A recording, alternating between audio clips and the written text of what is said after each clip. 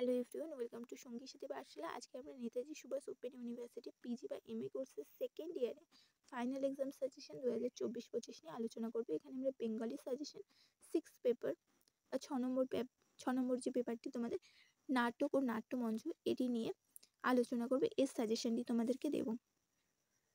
প্রথমে আমরা 18 নম্বরের প্রশ্নের সাজেশন দেখব, তারপরে আমরা দেখে নেব 12 ও 7 নম্বরের প্রশ্নের সাজেশন। এখানে আমরা যে প্রশ্নগুলি রেখেছি এগুলি বারবার তোমাদের পরীক্ষায় এসেছে এবং সেই জন্যই এখানে উল্লেখ করা হয়েছে। দেখবে যে এখানে অনেক প্রশ্নকে একই রকম প্রশ্ন তোমাদের যেমন 18 নম্বরে এসেছে, সেই প্রশ্নগুলি আবার 12তে এবং 7এও এসেছে।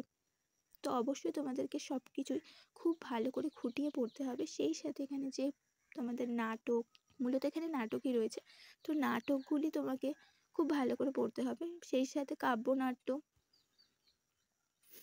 যেগুলি রয়েছে সেগুলিকে তোমরা খুব ভালো করে পড়বে, খুঁটিয়ে পড়বে, যাতে সেখান থেকে যদি কোনো উদ্ধৃতি তুলে তোমাদেরকে প্রশ্নে আসে তাহলে তোমরা অবশ্যই যেন লিখতে পারো।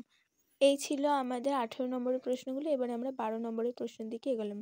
সেই সাথে তোমাদের নাটকের যিনি রচনা করেছেন তার বিষয়ে কোথা থেকে তিনি বিষয়টিকে আইডিয়া নিয়েছেন বা কিভাবে তিনি নাটকটির প্রতি আগ্রহী হয়েছেন এবং কেন তিনি নাটকটি লিখতে উৎসাহিত হয়েছেন, কোথা থেকে তিনি কোন ধারায় নাটকটি লিখেছেন, নাটকের অন্তর্নিহিত তথ্য কি আছে, সেই বিষয়গুলিও তোমাদেরকে কিন্তু খুব ভালো করে পড়তে হবে। সেই সাথে নাটকের লেখার শৈলী, ভাষার শৈলী, নামকরণ, সমাপ্তি কিভাবে হয়েছিল, চরিত্র, প্রত্যেকটা বস্তু খুঁটিয়ে খুঁটিয়ে পড়তে হবে। তা না হলে কিন্তু অত সহজে পেরে ওঠা যাবে না। কখন কোন নাটকের কোন অংশ থেকে প্রশ্ন দিয়ে দেবে ধরতে পারবে না। সেই জন্যে প্রত্যেকটি নাটককে খুব ভালো করে পড়বে, তার খুঁটিয়ে খুঁটিয়ে চরিত্রগুলি পড়বে, একবার ছেড়ে বারবার পড়বে। দেখবে যে যখন তোমরা একটি নাটককে খুব ভালো করে বারবার পড়ছো, তাহলে তখন কিন্তু অতি সহজেই নিজেরাই নিজেদের উত্তরগুলি লিখে ফেলতে পারছো।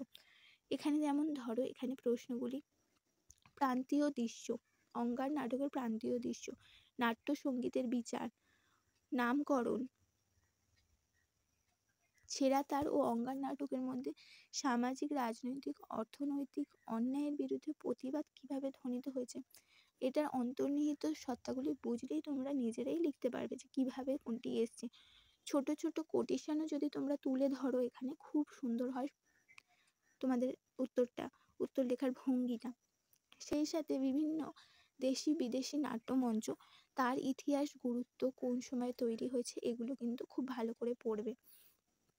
সেই সাথে কাব্যনাট্য কাকে বলে, প্রহসন কাকে বলে, নাটকের যে বিভিন্ন ধারা সেগুলো খুব ভালো করে পড়বে। বিভিন্ন প্রচলিত এবং বিখ্যাত রঙ্গমঞ্চ, তার সাথে উল্লেখযোগ্য ব্যক্তিদের নাম, সেগুলো অবশ্যই খুব ভালো করে পড়বে। শুধুমাত্র প্রধান চরিত্রগুলোকেই যে মনে রাখবে বা মাথায় রাখবে তা নয়, প্রধান চরিত্রের পাশাপাশি যে সমস্ত চরিত্রগুলি প্রধান চরিত্রকে এগিয়ে নিয়ে যাচ্ছে, সহায়তা করছে, সেগুলো, এবং নাটকের মূল যে গল্প, সেই গল্পের পাশাপাশি আরও অনেক ছোট ছোট প্লট বা গল্প থাকে যেগুলো আমাদের নাটককে বা গল্পকে এগিয়ে নিয়ে যেতে সাহায্য করে, সেগুলোও কিন্তু খুব যত্ন সহকারে পড়বে এবং দেখবে। এখানে দেখো, ক্ষণতরে মুগ্ধ হৃদয়েতে জন্মেনি কি স্বপ্নাবেশে, ক্ষেমঙ্করকে চেনার ক্ষেত্রে এই উক্তিটি কতটা গুরুত্বপূর্ণ। মানে প্রত্যেকটা ব্যক্তির উক্তিগুলো খুব গুরুত্বপূর্ণ।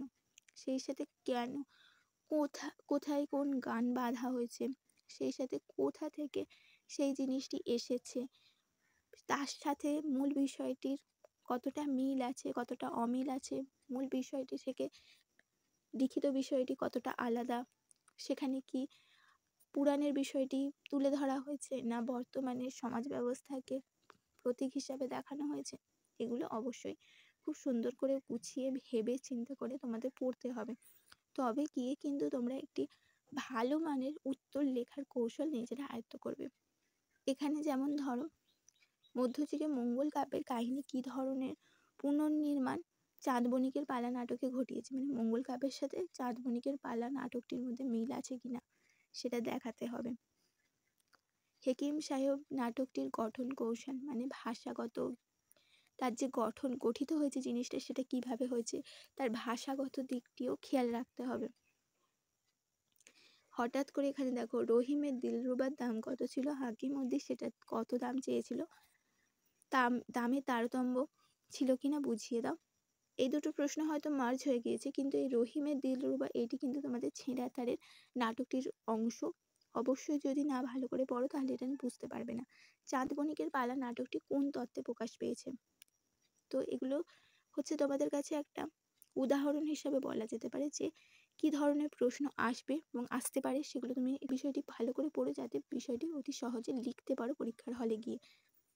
এখানে শেষ প্রশ্ন হচ্ছে ছেঁড়া তার নাটকের নামকরণের প্রতিধর্মী সম্পর্কে পক্ষে ও বিপক্ষে যুক্তি দাও। এগুলো যদি তুমি ভালো করে নাটকগুলি পড়ো, গল্পটি তোমাদের জানা থাকে, তাহলে অতি অবশ্যই ভালো করে লিখতে পারবে।